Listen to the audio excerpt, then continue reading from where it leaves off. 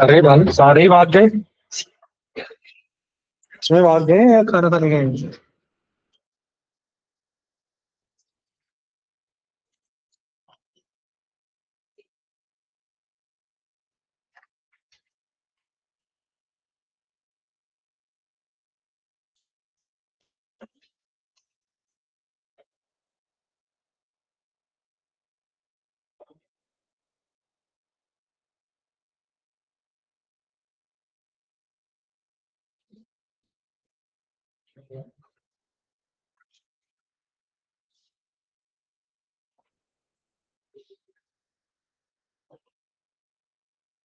ठीक है,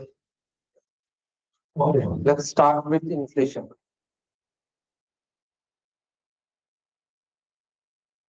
तो इन्फ्लेशन क्या होता है? ओवर है।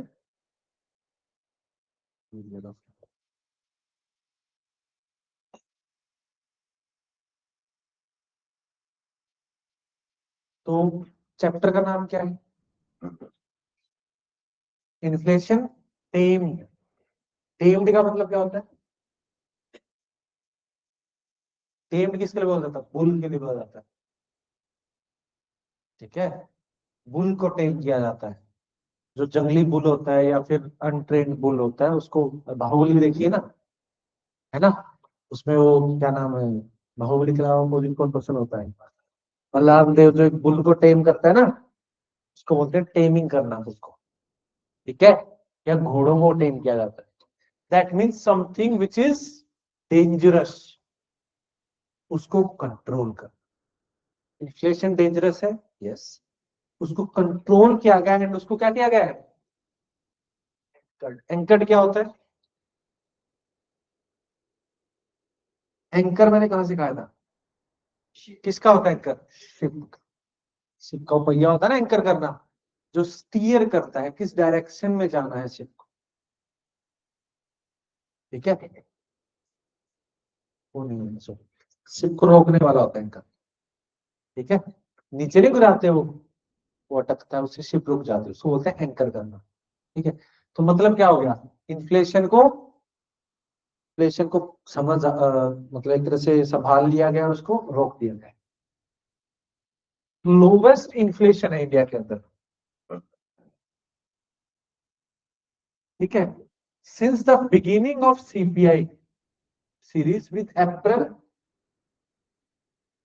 से दिसंबर 25 में एवरेज हेडलाइन इन्फ्लेशन 1.7 पे आ गया। अगर इसको हम देखेंगे तो ये क्या है?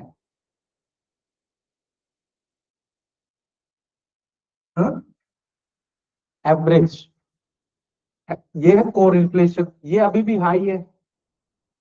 ठीक है, और ये वहीं का वहीं अटका हुआ है। और हेडलाइन क्या है? घट गया है बहुत। एंड अगर मैं बात करूं फूड इन्फ्लेशन की, तो ये तो नेगेटिव में चला गया है। तो फूड का किसके ऊपर इम्पैक्ट ज्यादा होगा? हेडलाइन के ऊपर या डब्ल्यूपीआई के ऊपर? हेडलाइन के ऊपर। क्यों? हाँ, क्योंकि weightage of food and fuels, food का ही अराउंड 46% वेटेज है। ठीक है, in overall you can say, in overall CPI as compare to WPI कितना है? 46 है। डब्ल्यूपीआई में कितना है? तो अगर वोलेटिलिटी आएगी फूड के अंदर तो क्यों ज्यादा वोलेटाइल होगा? ठीक है, उसके बाद भी रूरल और अर्बन देखा था हमने। रूरल के अंदर सीपीआई में, फूड का इम्पैक्ट ज्यादा है कि अर्बन में? किसका वेटेज ज्यादा है? सीपीआई रूरल और सीपीआई अर्बन, इसमें से फूड का वेटेज किसके अंदर ज्यादा है? रूरल का। लॉजिकली भी संभाल सकते हैं ना, सीपीआई है क्या? Consumer price index. क्या इंडेक्स देखता है वो? Rise in inflation. और इसका इम्पैक्ट किसके ऊपर होता है? कंज्यूमर के ऊपर। कंज्यूमर एक तरह से किसमें और वेटेज किसके अकॉर्डिंग दिया जाता है? जिसपे कंज्यूमर खर्च करते हैं। ठीक है। अगर आप फूड के ऊपर ज्यादा खर्च कर रहे हैं तो फूड का वेटेज ज्यादा आ जाए। तो रूरल वाले फूड के ऊपर ज्यादा खर्च करते हैं ना। नॉर्मली हम लाइफस्टाइल की बात देखें तो as a total expenditure urban के अंदर परसेंटेज फूड के ऊपर ज्यादा है कि रूरल में ज्यादा है? अर्बन वालों की और भी लाइफस्टाइल है भाई, है ना। ट्रैवलिंग, मूवी वूवी भी देखनी है। रूरल वाले बेचारे कहाँ मूवी देखते हैं? है कि नहीं? एक लॉजिकली सिंपल आंसर है कि नहीं है? तो ज्यादातर खर्चा उनका किसके ऊपर होता है? फूड के ऊपर। अगर फूड प्राइसेस क्रैश करेंगे जैसे अभी किए, उस पर इम्पैक्ट ज्यादा होगा। हाँ, सीपीआई रूरल और सीपीआई अर्बन। पर ध्यान रखना, आगे सिखाऊंगा तुम्हें। अगर जब शुरुआत हुई थी साल की, उस टाइम पे लास्ट ईयर सीपीआई अर्बन क्या था? नीचे था as compare to CPI rural. इस साल की बात करें हम तो अभी सीपीआई अर्बन ऊपर है सीपीआई रूरल से। क्यों? क्योंकि इन फूड प्राइसेस का इम्पैक्ट किसके ऊपर ज्यादा आया है? ये बात समझ में आई? और again and again I am emphasising, food prices का इम्पैक्ट डब्ल्यूपीआई पे ज्यादा होगा कि सीपीआई पे ज्यादा होगा? क्यों? क्योंकि वेटेज ज्यादा है। ठीक है। कोई भी कुछ बोलता रहे, आंसर यही है। ठीक है। सीरीज वगैरह देख लेना।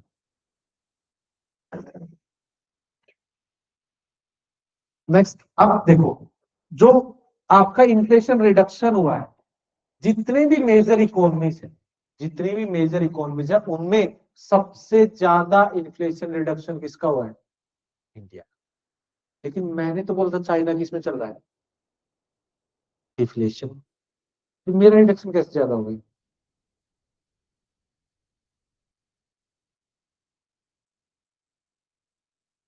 चाइना में देखो कितना घटा है।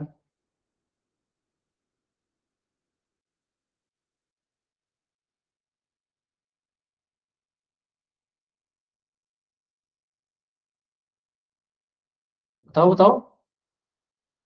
घटा है ना। इंडिया का देखो कितना घटा है। फिर why I am saying China is in deflation territory, अगर हम डिफ्लेशन में नहीं है?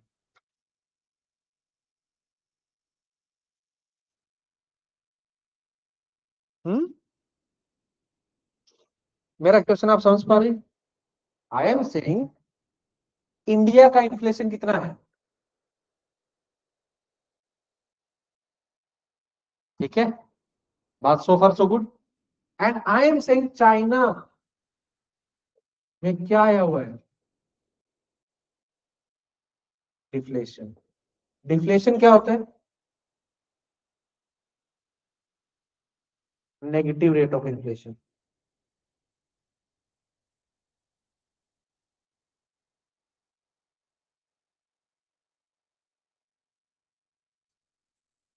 ये क्या है?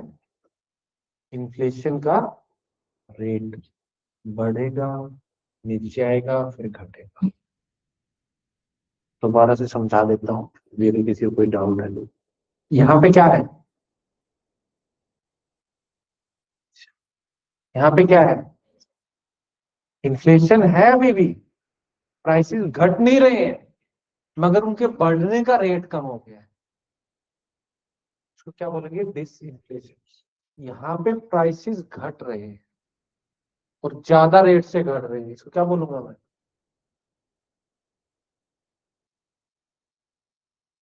और यहाँ पे प्राइसेस बढ़ना स्टार्ट हो गए हैं। बढ़ना स्टार्ट हो गए। हाँ।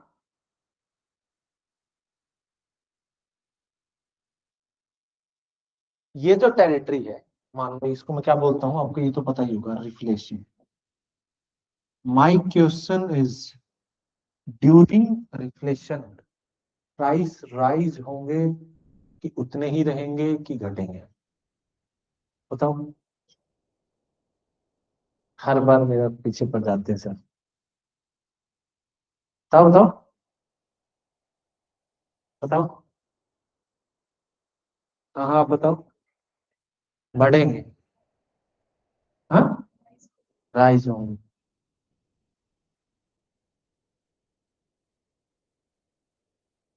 बताओ।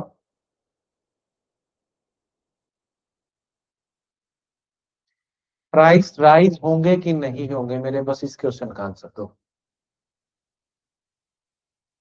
क्या होगा? तो बताओ, सो राय रखो, घटेंगे बढ़ेंगे उतने रहेंगे। तीन तो ऑप्शन है, तुक्के मत मारना जरा, एक ने राइज बोल दिया, एक ने न्यूट्रल बोल दिया, एक ने घटा गया, ऐसा मत बोल देना। बताओ बताओ। हम्म। बढ़ेंगे प्राइसेस। बताओ। प्राइसेस विद राइज, बताओ। हाँ, कम होंगे। प्राइस होंगे।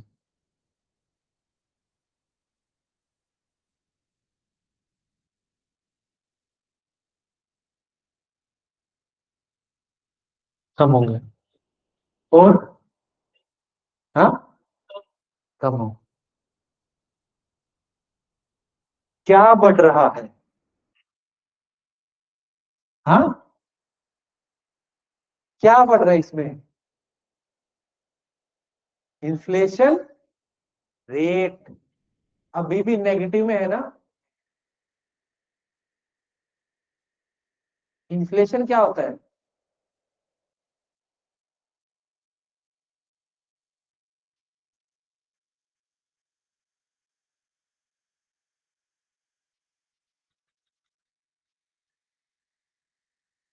मान लो ये -10 है, ये कितना है? माइनस। रेट ऑफ इन्फ्लेशन यहाँ पे कितना है? -5 का मतलब क्या होगा? हाँ, कम होने का रेट कम हो गया। मान लो ये है, ये क्या है? +5। रेट ऑफ इन्फ्लेशन का मतलब क्या हुआ?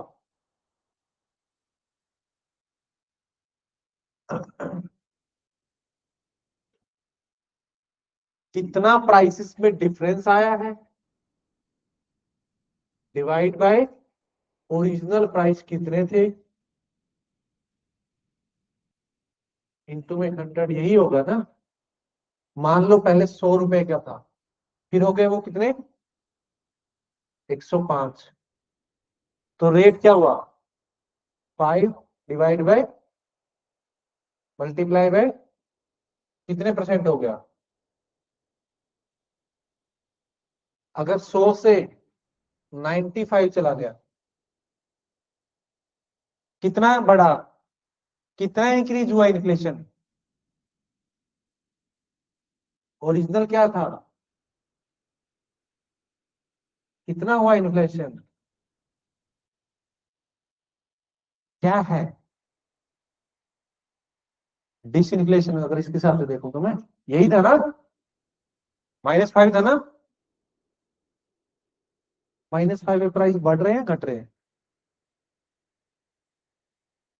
अरे ये तो देख लो भाई, इसमें क्या दिक्कत है? प्राइस बढ़ रहे हैं कि घट रहे हैं? घट रहे हैं ना? मगर घटने का रेट कम हो। ठीक है, पहले 110 से 100 आए, तो कितना डिफरेंस आया? कितने परसेंट कम हुए? हाँ,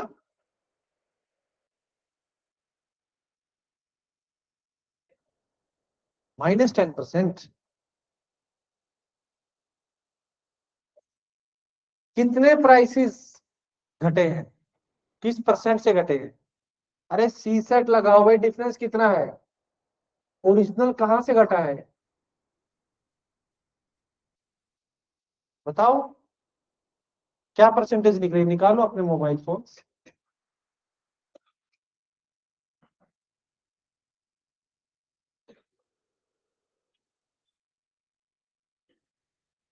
हाँ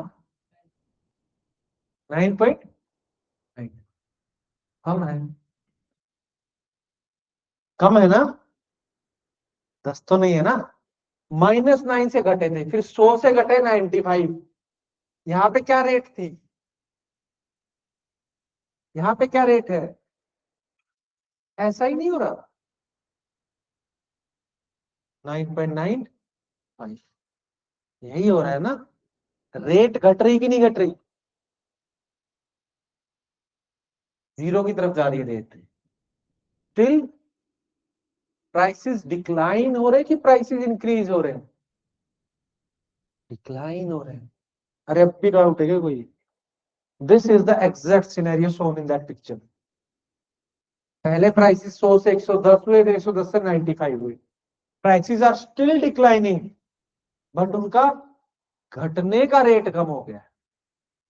किस रेट से वो कम हो रहे थे, the rate at which they were decreasing has been reduced. ठीक है, तो डिसइंफ्लेशन में प्राइस राइज होंगे कि इंक्रीज डिक्रीज होंगे, ठीक है। सो फार सो गुड, मुझे यही गड़बड़ करोगे तुम लोग। मैं बोल रहा हूं कि चाइना में क्या हो रहा है, डिफ्लेशन हो रहा है, यही बोल रहा हूं ना। मतलब चाइना में प्राइसेस क्या हो रहे हैं,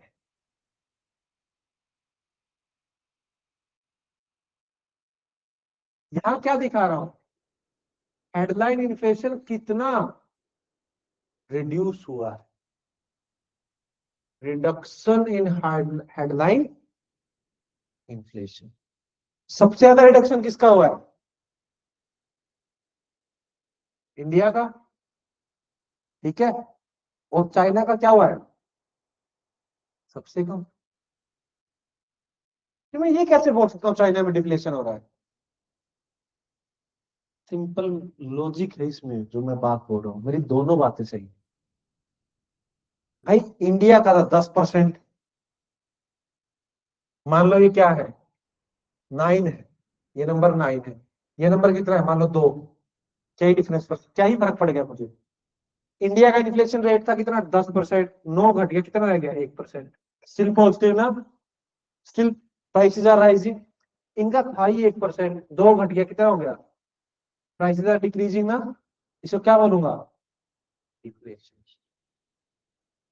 इसमें क्या था मतलब, इतने क्यों कंफ्यूज हो गए।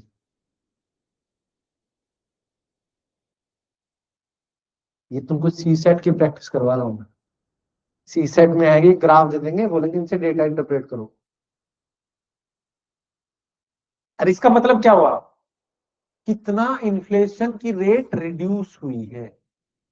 इन्फ्लेशन की रेट मेरी कंट्री में ज्यादा रिड्यूस हुई, लेकिन पहले मेरा बेस ज्यादा था, उसमें क्या दिक्कत है ना।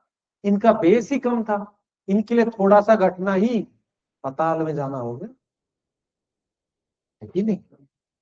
मैं 10वीं मंजिल पे था, मैं 9 मंजिल नीचे उतर गया, स्टिल मैं फर्स्ट मंजिल पे हूँ, ग्राउंड से ऊपर हूं ना। तुम पहले ही पहली मंजिल पे थे, 2 उतरे, तब भी तुम ग्राउंड से नीचे चले गए कि नहीं चले गए, बस वही तो चीज हो रहा है, ठीक है। तो सबसे ज्यादा किसमें घटा है, इंडिया में। अब फूड प्राइसेस में जो रिडक्शन आया है इतना ज्यादा, मैंने बोला ना कि फूड प्राइसेस में आया है, इसकी वजह से क्या सबसे ज्यादा घटेगा, सीपीआई और डब्ल्यूपीआई। सीपीआई रूरल और सीपीआई अर्बन, क्योंकि रूरल के अंदर वेटेज ज्यादा है किसका, फूड प्राइसेस का। तो मैंने बोला फूड इसमें मेजर फैक्टर था। अब फूड के अंदर भी जो मेजर कमोडिटीज है, लाइक वेजिटेबल्स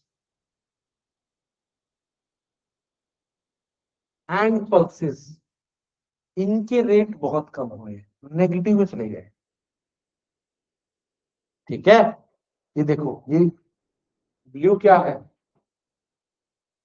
वेजिटेबल्स, कहां पे, बिल्कुल February 25 के बाद तो नेगेटिव में ही है, सेम पल्सेस के भी, है कि नहीं। मैंने एक चीज बताई थी ना तुम्हें, कि ऐसे प्राइस क्रैश हो जाते हैं, है ना। क्या था वो? कुछ ट्रैप रैप था, मकड़ी वकड़ी का जाल।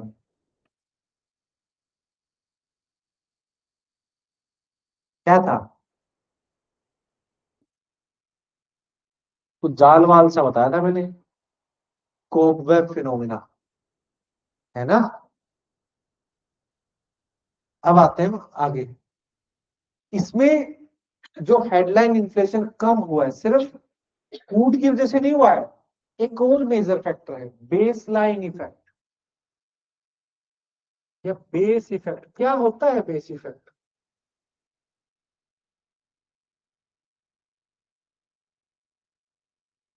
क्या होता है बेस इफेक्ट?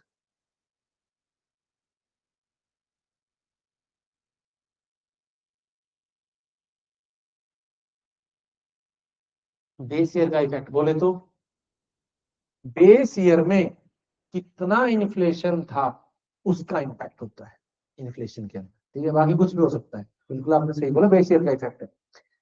तो बेस ईयर का भी एक मेजर इंपैक्ट हुआ है। फॉर एग्जाम्पल अगर मैं इसमें बात करूं, ये क्या है? Momentum effect. कितना ऊपर नीचे जा रहा है, ये क्या है? Base effect. कब कब बेस इफेक्ट कितना हो रहा है? Is it going in negative और positive? Then change in year on year inflation दिखा रहा है। एक तरह से तुमको बस इतना याद रखना है, ये सब मत इंटरप्रेट करो, तुमको नहीं समझ आएगा, कंफ्यूज हो जाओ, मत करो। तुम बस इतना समझो, एक तो मेजर फूड कमोडिटी के प्राइसेस घटे हैं, और दूसरा बेस इफेक्ट हुआ है, इस वजह से हेडलाइन इन्फ्लेशन कम। ठीक है।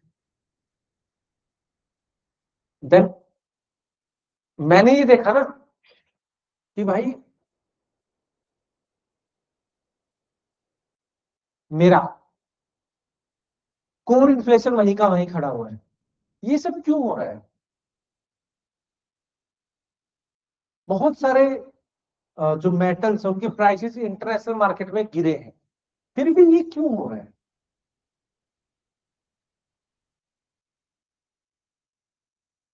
क्योंकि कुछ चीजें हैं, like precious metals like gold and silver. Gold and silver के प्राइसेस बहुत ज्यादा बढ़ रहे थे ना, है ना?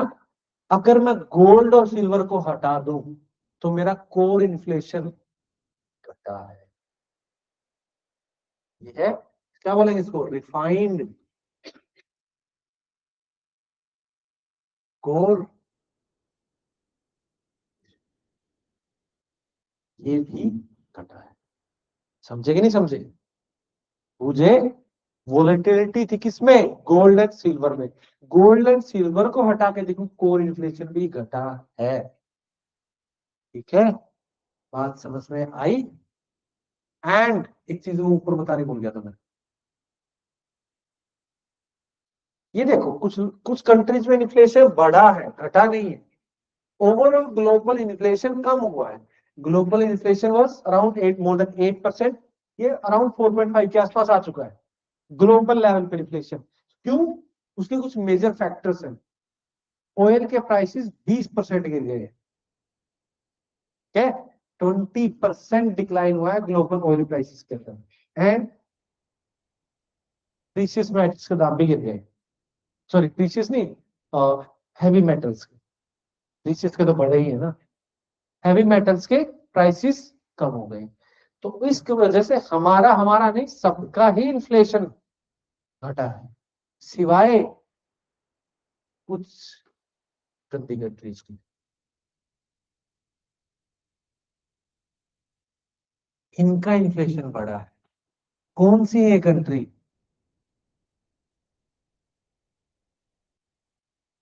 जापान में, पहले की मैं बात करूं तो जापान में क्या होता था? डिफ्लेशन चलता था। इसकी वजह से उन कंट्रीज का इंटरेस्ट रेट भी नेगेटिव में रहता था। अब इन्फ्लेशन आना स्टार्ट हो गया है, तो जापान अपने इंटरेस्ट रेट नहीं बढ़ाएगा? बढ़ाएगा ना। तो जापान अगर इंटरेस्ट रेट बढ़ाएगा तो वहां के बैंकों को भी इंटरेस्ट रेट तो अगर इंटरेस्ट रेट बैंक बढ़ा रहे हैं तो जापान में लिक्विडिटी कम हो जाएगी। तो पहले जो मेरा धंधा सही चलता था, जापान के बैंकों से लोन लेता था और यूएस में जाके, धंधा नहीं चलेगा ना। अब समझ में आया? देर इज ए डाइवर्जेंस है। आई थिंक हमने कल बात की थी ना इस बारे में, वो यहाँ पे दिख रहा है।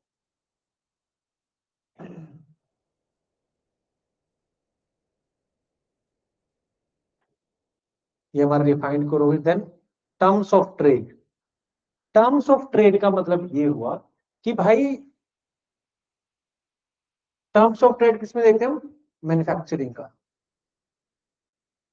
ये आएगा मतलब जो हम पढ़ेंगे उसके अंदर और अच्छे से मैंने दिया हुआ है। ठीक है। टर्म्स ऑफ ट्रेड का मतलब ये हुआ,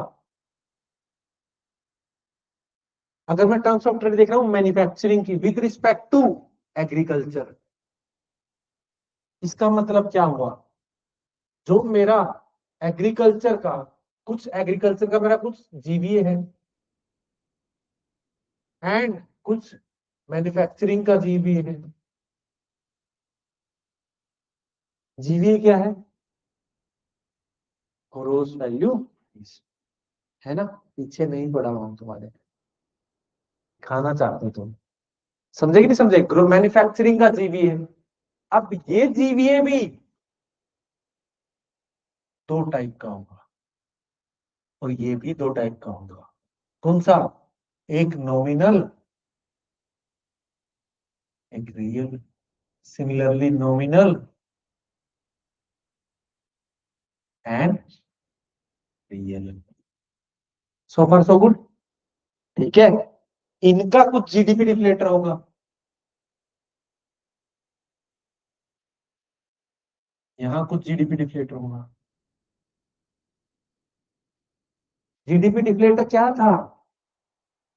इन्फ्लेशन को नापने का एक तरीका, जैसे सीपीआई है, जैसे डब्ल्यूपीआई है, वैसे जीडीपी डिफ्लेटर है। इसमें क्या जाता है? एंटायर इकोनॉमी ही आ जाती है। तो मैं सिर्फ मैन्युफैक्चरिंग सेक्टर का देखूं तो मैन्युफैक्चरिंग सेक्टर में क्या प्राइसेस राइज हुआ है,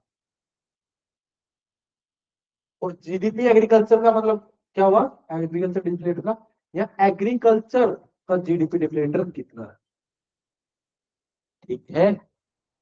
तो मुझे ये देखने को मिला कि टर्म्स ऑफ ट्रेड का मतलब कितना है, manufacturing with respect to agriculture. ये क्या है? मेरा मैन्युफैक्चरिंग का डिफ्लेटर डिवाइड बाय किसका डिफ्लेटर? हाँ, एग्रीकल्चर डिफ्लेटर।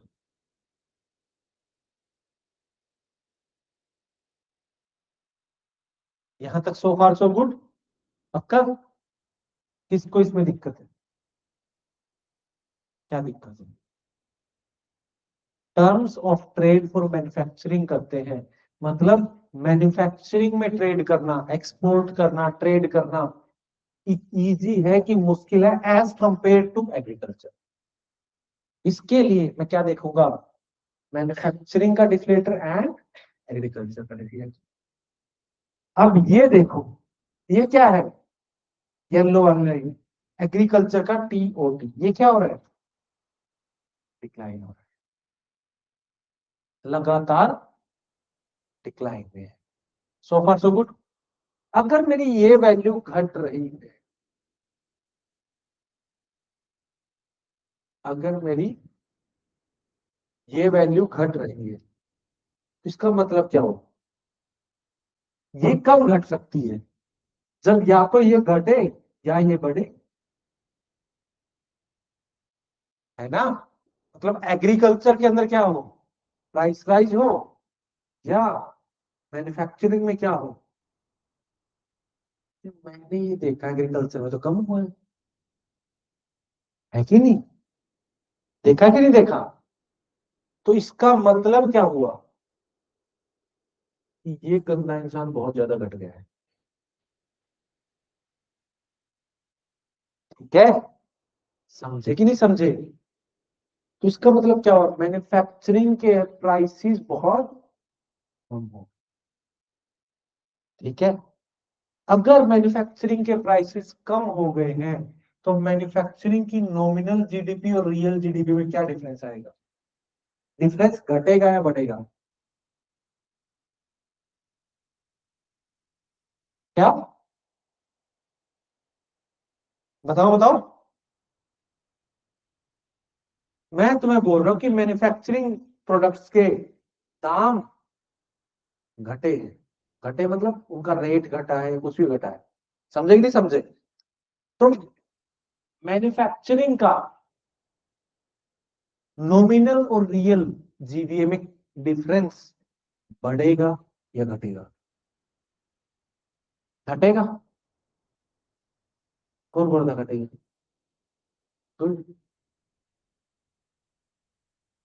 जीडीपी डिफ्लेटर का क्या मतलब होता है? नॉमिनल और रियल डिफरेंस, रियल के अंदर कितना डिफरेंस है। अगर तुम्हारा जीडीपी डिफ्लेटर घट रहा है तो मतलब नॉमिनल और रियल के बीच में डिफरेंस घट रहा है कि नहीं? प्राइसेस घट रहे हैं ना, तो तुम्हारा जीवीए ऑफ मैन्युफैक्चरिंग क्या होगा? कम हो जाएगा ना। Growth value addition by the क्या? तो इसीलिए growth value addition by the manufacturing is 14%।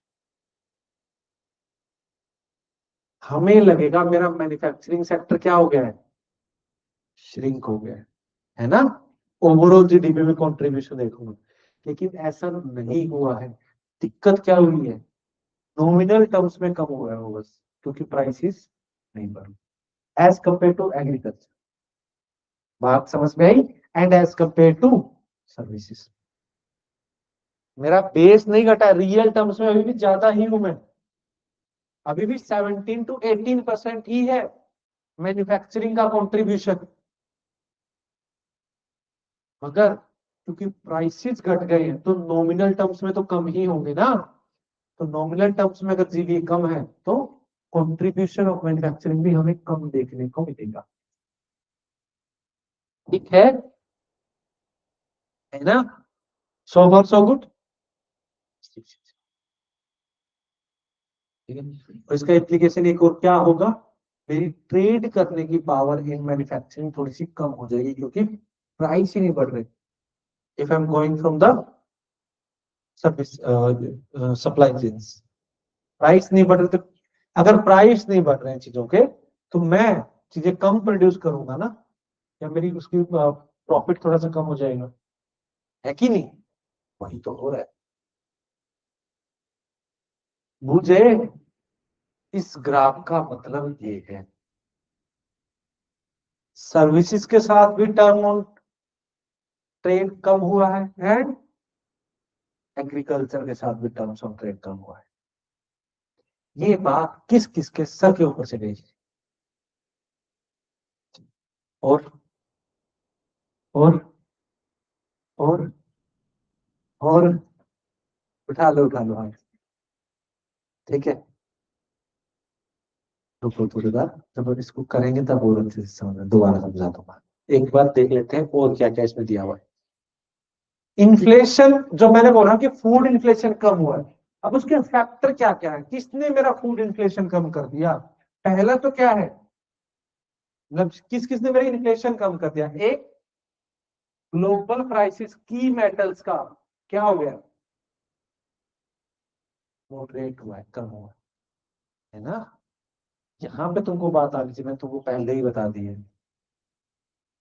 अगर ग्लोबल मेटल्स का प्राइस मॉडरेट हुआ तो मेरा कौन इन्फ्लेशन कैसे वहीं का वहीं खड़ा हुआ है? क्योंकि किसका प्राइस बढ़ गया? गोल्ड एंड सिल्वर प्राइस, जो प्रीशियस मेटल्स है उनका। ना आपकी मैंने क्या लिखा हुआ है? की मेटल्स। की मेटल्स जो मैन्युफैक्चरिंग में, चिप्स की प्रोडक्शन में काम आते हैं। देन बिलो नॉर्मल टेम्परेचर रहा, मतलब ग्रोथ नहीं आया। बिलो नॉर्मल टेम्परेचर रहने का मतलब क्या हुआ? टेम्परेचर इतना ज्यादा, इस बार गर्मी थोड़ी कम थी। ठीक है, टाइम टू टाइम बारिश हो गई, गर्मी थोड़ी ठीक ठाक थी, तो मेरे ड्रॉट कम आए, एंड अबोव नॉर्मल मॉनसून हुआ। अब नॉर्मल मानसून जब भी होगा, मेरी कंट्री के अंदर एग्रीकल्चर प्रोडक्शन बढ़ जाएगा। एग्रीकल्चर प्रोडक्शन बढ़ गया, एग्रीकल्चर प्रोडक्शन बढ़ गया तो फूड के प्राइसेस नहीं बढ़ेंगे, तो मेरे इन्फ्लेशन भी नहीं बढ़ेगा। नेक्स्ट है improve stock position of food grains. Food grains को स्टॉक करने की पावर मेरी बढ़ गई है, मेरे वेयर हाउसेस वगैरह बनाए हैं, ठीक है। एंड जीएसटी रेट को रैशनलाइज किया गया, तो इन्फ्लेशन घटा कि बढ़ा? जीएसटी रेट को कम कर दिया, इन्फ्लेशन बढ़ेगा या घटेगा?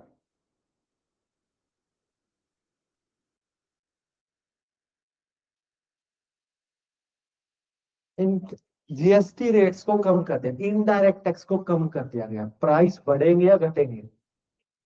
तो फिर इन्फ्लेशन कैसे बढ़ जाएगा?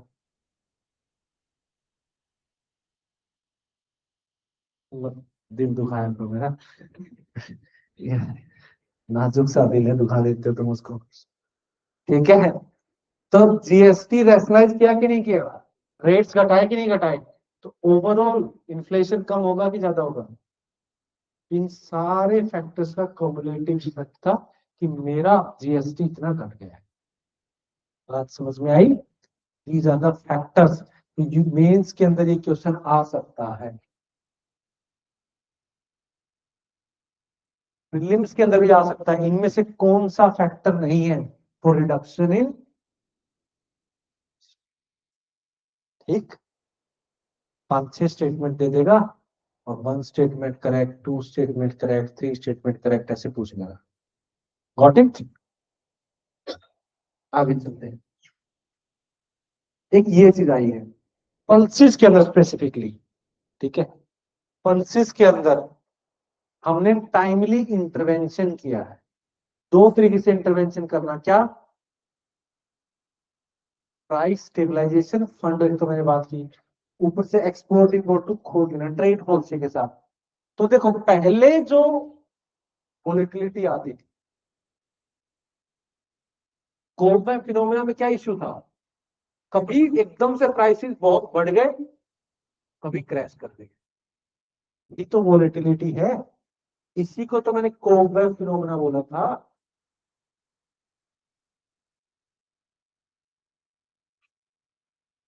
अब देखो कितना डिफरेंस आ रहा है, घटा। ये कब की बात है? 15, 16, 20, और अब देखो कितना डिफरेंस आ रहा है, बिल्कुल कम। That means volatility is reducing. Government ये दिखाना चाहती है कि भाई मैंने टाइम टू टाइम इंटरवेंशन करके वोलेटिलिटी को रिड्यूस कर दिया।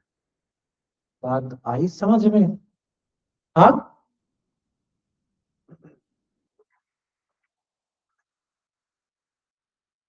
अब इसको थोड़ा सा पढ़ लेते हैं। इन्फ्लेशन को टेम किया गया है, शार्प डिक्लाइन हुआ इन्फ्लेशन में, ब्रॉड बेस्ड डिक्लाइन हुआ, मतलब हर जगह से डिक्लाइन हुआ है। ब्रॉड बेस्ड का मतलब क्या हुआ? ऐसा नहीं कि कुछ ही चीजों के प्राइसेस कम हो गए, हर जगह से इन्फ्लेशन कम हुआ है। And driven by effective monetary policy, पहले मैंने मॉनेटरी पॉलिसी को टाइट किया। Supply side management, supply side management में मैंने क्या क्या किया था?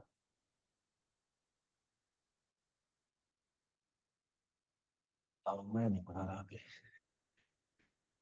वेयर हाउसेस, स्टॉक्स, और फंड, प्राइस स्टेबलाइजेशन फंड, और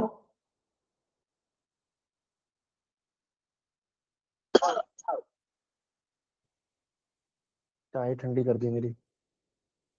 और क्या किया? प्रोडक्शन बढ़ा है, यस। और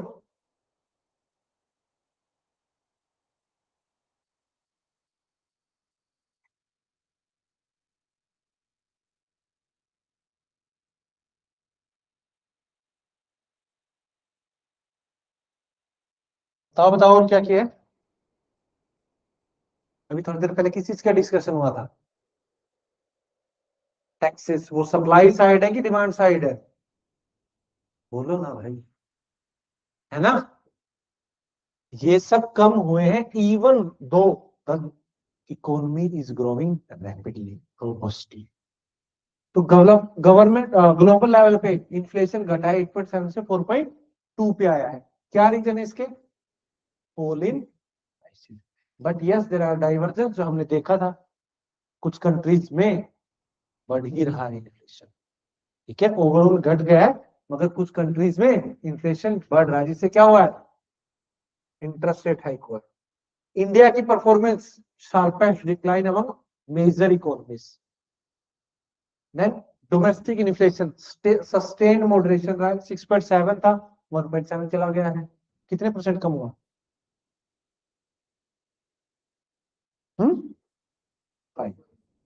WTI, वैसे सीपीआई से WPI कम ही रहा है। ठीक है, स्टिल WPI सीपीआई से कम ही है। क्यों? मार्केट प्राइस हर चीज के कम हुए हैं। ठीक है, मार्केट प्राइस हर चीज के कम हुए हैं। हाँ, सीपीआई बहुत ज्यादा घटा है क्योंकि फूड इन्फ्लेशन, लेकिन बाकी चीजों की वजह से भी WPI भी नीचे ही गया है। लाइक जीएसटी रैशनलाइजेशन, जीएसटी की वजह से डायरेक्ट कंज्यूमर प्राइस तो WPI के अंदर काउंट होंगे नहीं, बेसिक प्राइस होगा, बट मैन्युफैक्चरिंग सेक्टर से इंप्रूवमेंट होगी। ठीक है, और ऑयल प्राइसेस का कम होना और मेटल प्राइसेस का कम होना, है ना? तो WPI is lower than CPI, ये बात भी आ सकती है। लेकिन बेस इफेक्ट ने बहुत डोमिनेट किया, जो हमने देखा, डाउनवर्ड प्रेशर किया है। नेक्स्ट, अगर हम इन्फ्लेशन को डिक्रिप्ट करें, द प्रीसियस मेटल नुआंस, वो हमने देख लिया थी कि प्रीसियस मेटल की जैसे कोर इन्फ्लेशन अभी का वहीं खड़ा हुआ था, और ऑल्दो की मेटल्स के प्राइस घट गए थे। देन फूड इन्फ्लेशन के कौन कौन से ड्राइवर है? पहले है टॉप। टॉप कौन है? Tomato, onion and potato. इनका 20 से 40% तक प्राइसेस गिर गए। क्यों? Favourable weather and good supply. Then pulses, pulses के भी प्राइसेस जो थे वो सिग्निफिकेंटली रिड्यूस हुए हैं। ठीक है, हमने ट्रेड पॉलिसी का अच्छा यूज किया था। Next, edible oils, structural demand बहुत ज्यादा अभी भी एडिबल ऑयल्स की। पहली बात, एडिबल ऑयल क्या होते हैं? फूड ऑयल्स लाइक, आज सोयाबीन बोल रहे हैं, लास्ट टाइम ऑलिव बोल रहे थे। समझे कि नहीं समझे? मेजरली मोर देन 80% इंपोर्ट होता है, उसका इफेक्ट पड़ेगा। देन सीरियल बफर्स, क्योंकि सीरियल प्रोडक्शन कितना हुआ है? 3.320 या 3320 लाख टन या 3.3 metric tonne, lakh metric tonne. ठीक है, एंड रबी की सोविंग में भी इंप्रूवमेंट हुआ है। देन मैन्युफैक्चरिंग, जो अब बात करते, टर्म्स ऑफ ट्रेड रिवर्स हुए। The ratio of manufacturing deflator to agriculture deflator, ratio of manufacturing deflator to agriculture deflator decline हुआ है 1.29 से 0.69। ठीक है, मतलब क्या हुआ, दोबारा से समझ लेते हैं। ठीक है,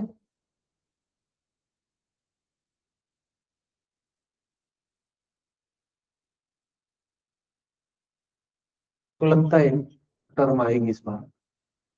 टर्म ऑफ ट्रेड होता क्या है? GDP deflator of manufacturing divide bye, it can be agriculture, it can be services. तो इसका मतलब terms of trade for manufacturing लिखा मिलेगा। Terms of trade off manufacturing क्या है? GDP deflator of agriculture. ये बात समझ में आई? सो फार सो गुड। ये GDP deflector of manufacturing and GDP deflector of agriculture का मतलब क्या है?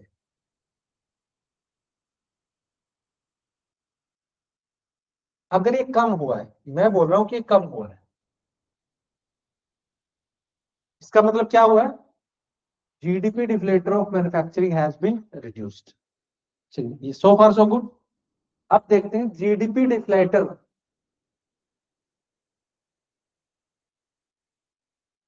फॉर मैन्युफैक्चरिंग, ये कम हुआ है ना, इसका मतलब क्या हुआ? नॉमिनल जीबीए, एक ही बात है, जीबीए बोल दो जीडीपी बोल दो, gross value addition by manufacturing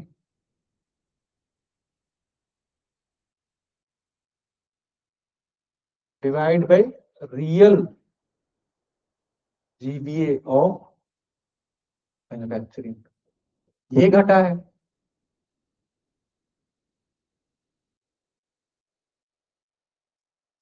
है ना, ये रेशियो घटा है।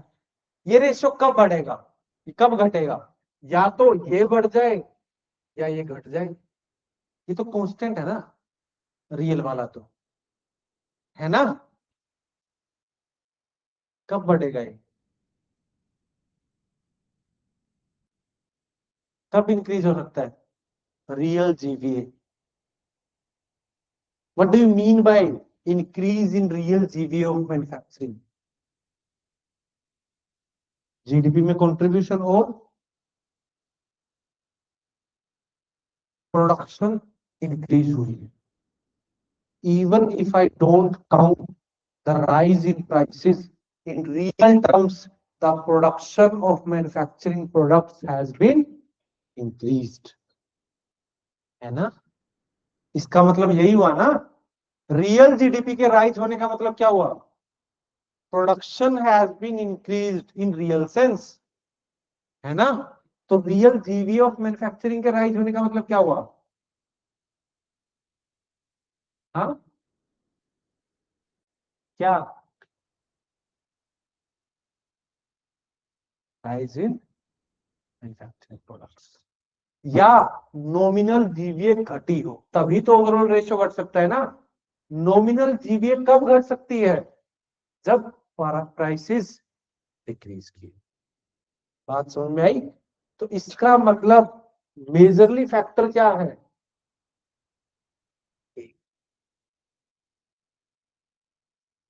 अगर ये फैक्टर है, प्राइसेस ऑफ मैन्युफैक्चरिंग प्रोडक्ट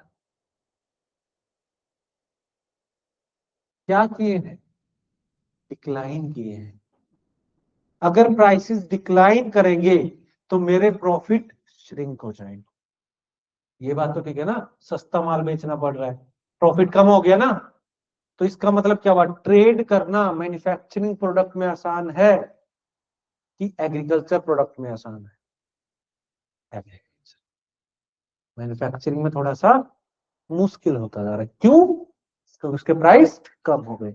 और एक और चीज देख रहे हो कि जीवीए, नॉमिनल जीवीए घट रही है, तभी तो कंट्रीब्यूशन ऑफ मैन्युफैक्चरिंग, जीवीए क्या? Gross value addition from manufacturing, contribution of manufacturing to the GDP कम होगा। ठीक है, बात समझ में आई? दैट्स व्हाट इकोनॉमिक सर्वे से, कि हमें जो जीवीए ऑफ मैन्युफैक्चरिंग, मतलब total contribution of manufacturing into the GDP, जो 14% दिख रहा है, कम होता दिख रहा है, वो गलत है। वो प्राइसेस की वजह से हो रहा है, रियल सेंस में नहीं हो रहा है। रियल सेंस में अभी भी कंट्रीब्यूशन 18% है। बात समझ में आई? आई कि नहीं? अब आई? अब किसके सर के ऊपर से गई ये बात? टर्म्स ऑफ ट्रेड की बात किसके सर के ऊपर से गई अभी?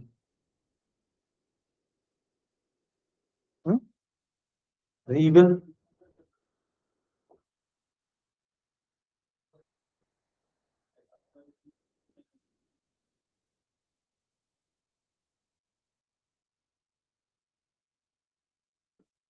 रियल जीडीपी क्या होती है? कांस्टेंट प्राइस पे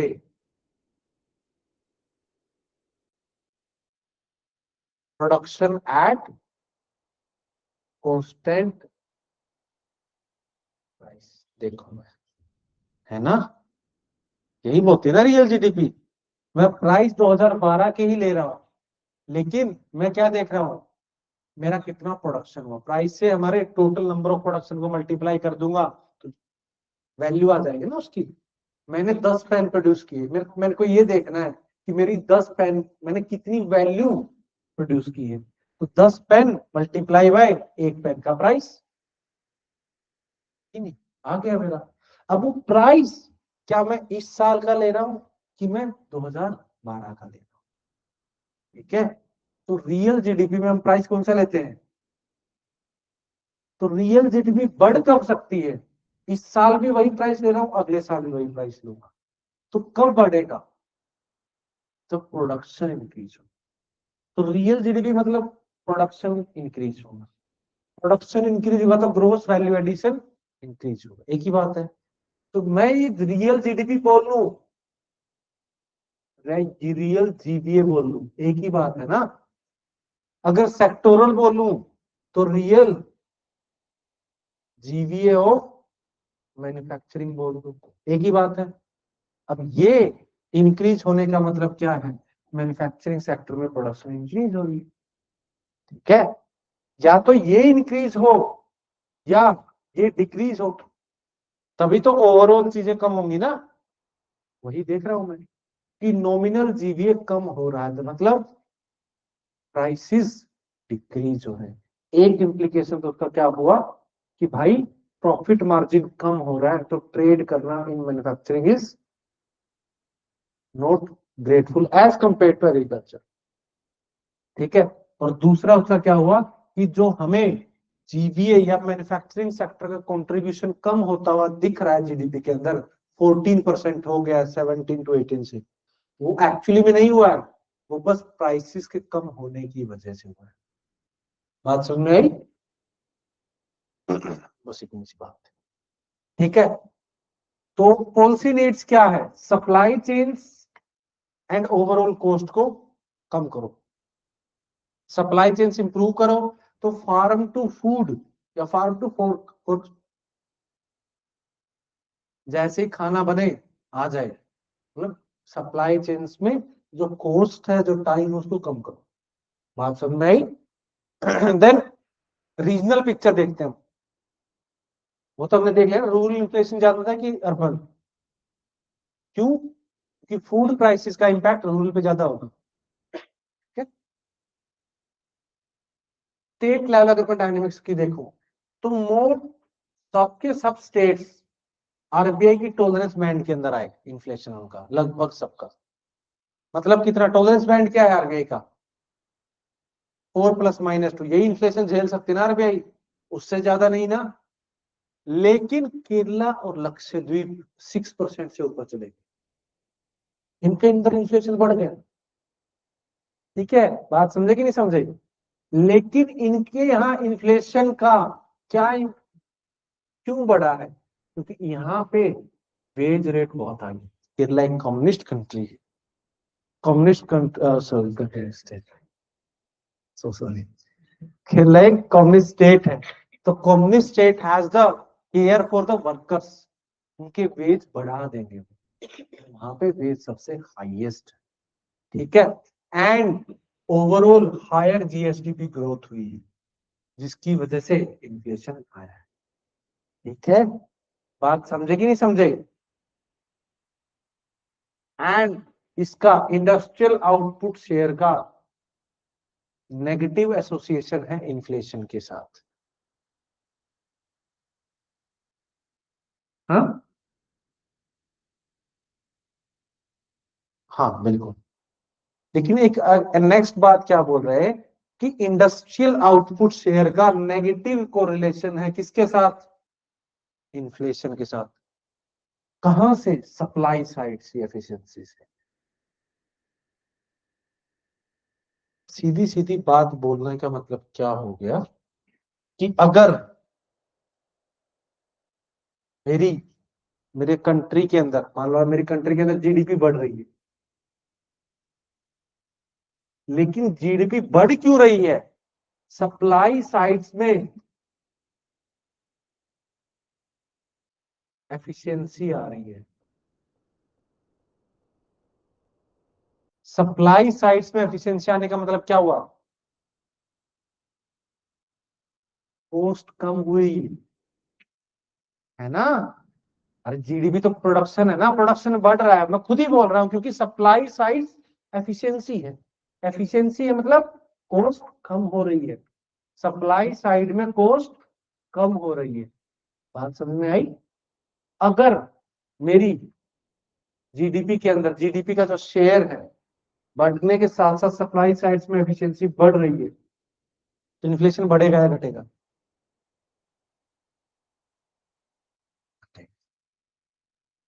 तो इसीलिए हाई जीडीपी ग्रोथ होगी।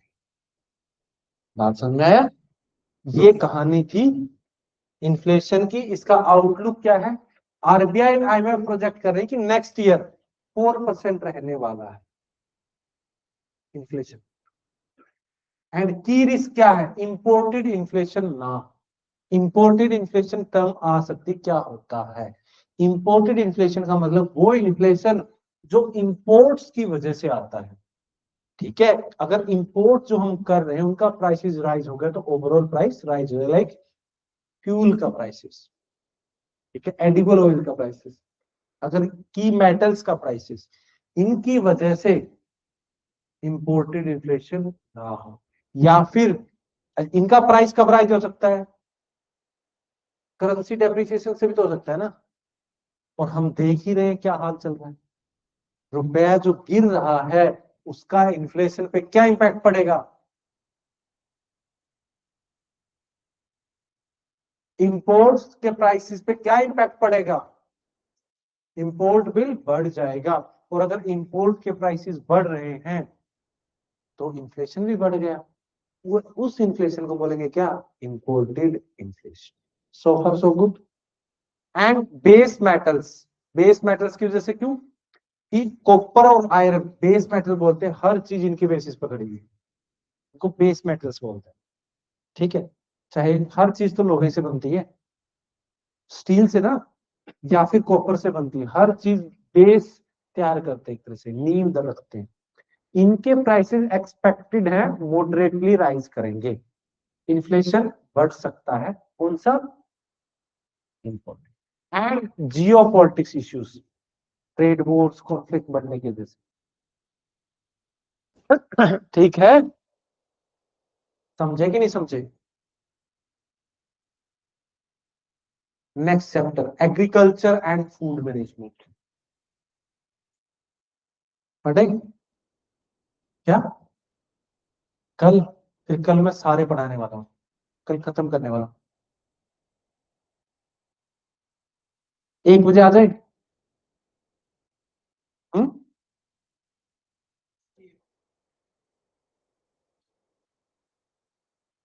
बस एक बजट रह जाएगा, एक अगले दिन उसको बजट करवा देंगे। आज देख कौन सा है, कल सैटरडे को दे देते हैं क्लास, और संडे को बजट करवा के धूमता ना धूमता ना। ठीक है, फिर सोशल इश्यूज के रह जाएंगे कुछ दिन, है ना? ठीक है क्या? कर लें, कोई दिक्कत है? कोई दिक्कत नहीं है? अरे बताओ, कुछ तो बोलो, मैं डिस्कस कर रहा हूँ तुम लोगों से। चलेगा, मिलते हैं। जाओ।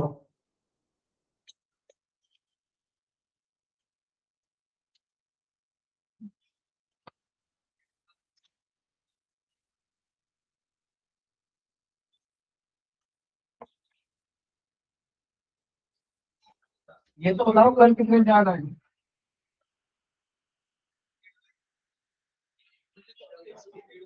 1 बजे से टेस्ट है, किस चीज का टेस्ट है?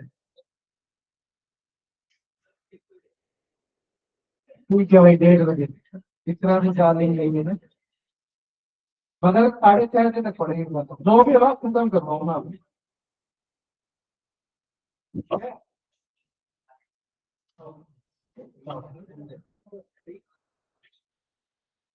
और कल आ जाना, तो तुम्हारे जो बचे हुए चैप्टर्स है ना कल, जिसके लिए तुमको इतना रोना धोना करना आता है, food security, agriculture, services industry कल वो सब होने वाले हैं। उनसे जो भी क्वेश्चन आ सकता है वो सब कवर करने वाले हैं। ठीक है? और उसके बाद भी अगर तुमको कुछ डाउट लगे, मैं कहाँ चला गया तुमसे दूर, पूछ लेना। ठीक है? और पढ़ लिया करो थोड़ा सा। पढ़ना मतलब बुक पढ़ लिया करो थोड़ा, मेहनत करो। ठीक है?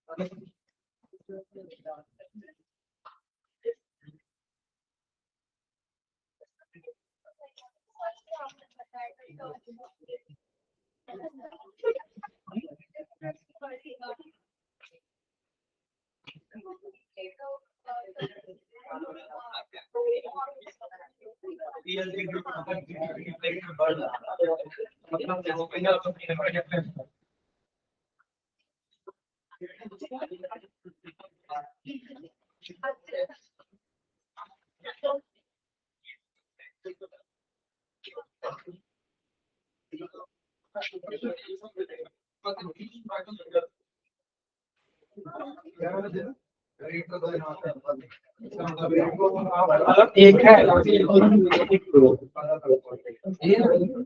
है क्या चीज?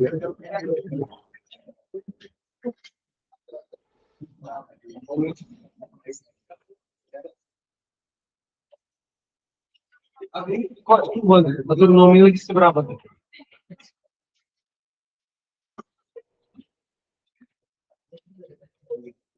अगर ये दो है, मतलब नॉमिनल किसके बराबर है? दो गुना नॉमिनल। उसी सेम साल की नॉमिनल जीडीपी डबल है किससे? मान लो तीन हो, सेम ईयर की रियल जीडीपी, रियल जीडीपी और नॉमिनल जीडीपी में जितना प्रोडक्शन हो तो दोनों में रिफ्लेक्ट हो रहा है। क्या डिफरेंस चल रहा है कि नॉमिनल 3 गुना हो रही है, 2 गुना हो रही है?